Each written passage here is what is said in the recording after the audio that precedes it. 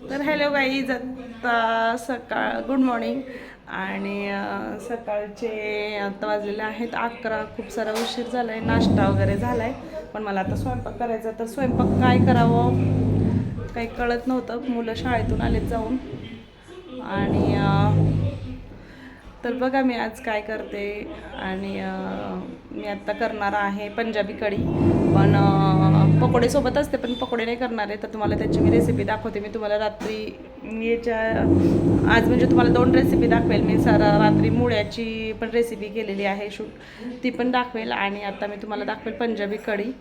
आणि त्याच्यासोबत तुम्ही बघा ब्लॉग कंटिन्यू करा. आज आहे दुर्वाचा बड्डे. आणि आम्ही बड्डे तर काही सेलिब्रेशन नाही करणार आहे घरी.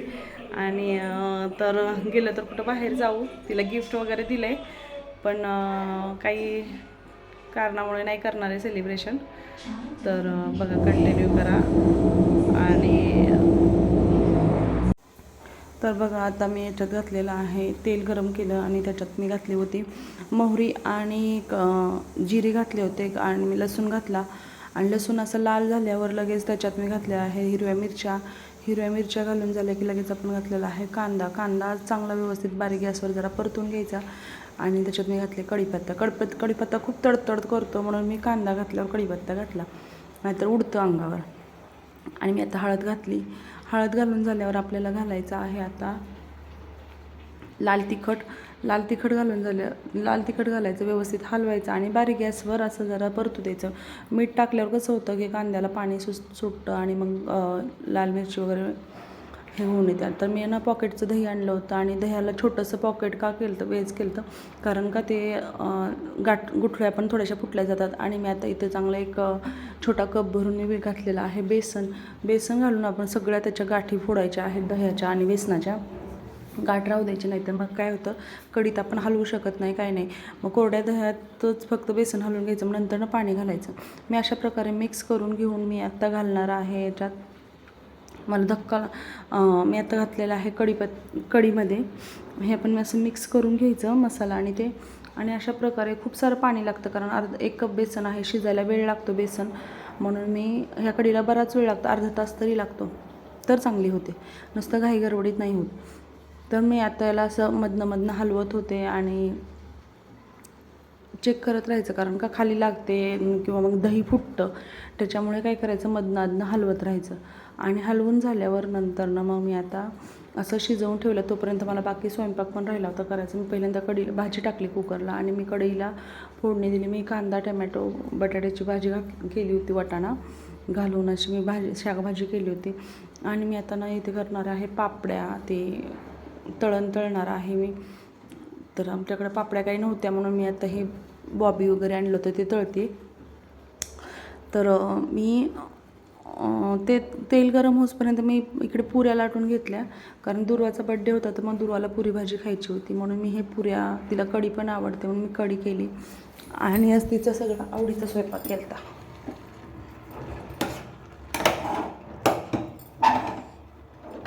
मी अशा प्रकारे पुऱ्या लाटून घेतल्या. मधनं तेल गरम होईपर्यंत मी पुऱ्या लाटल्या.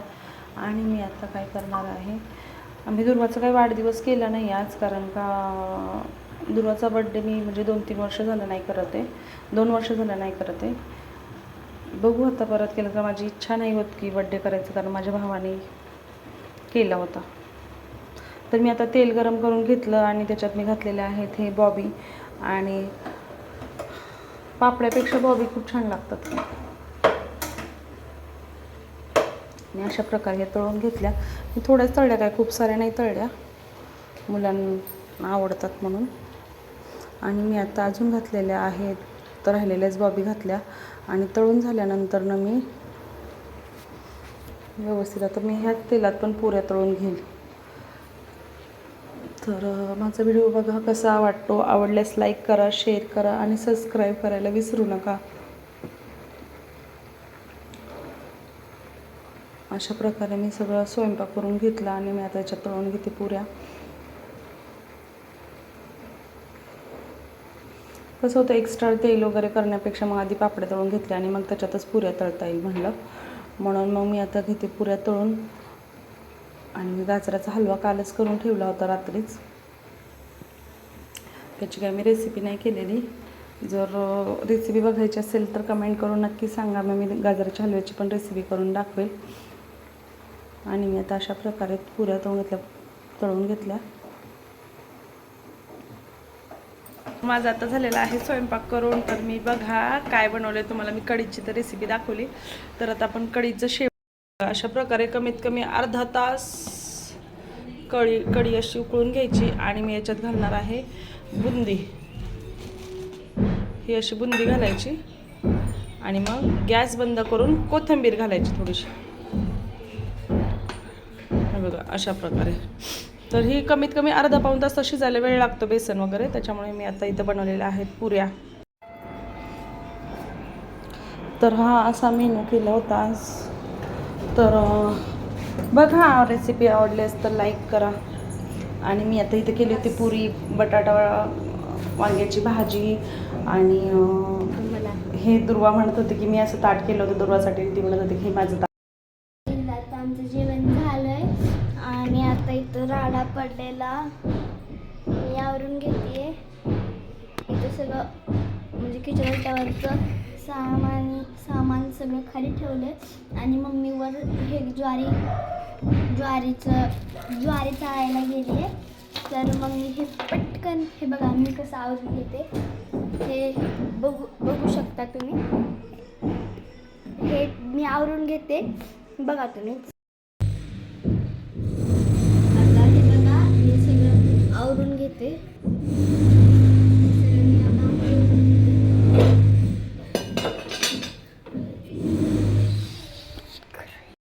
हे बघा हे सगळं आता आवरून घेऊया आपण.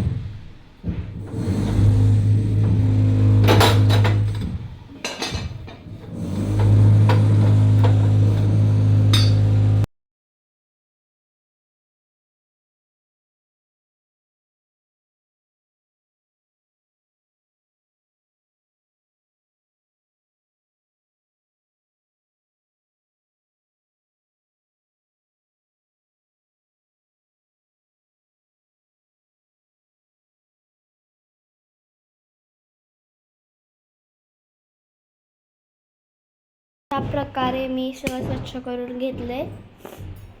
मम्मी आल्यावर भांडी घासून.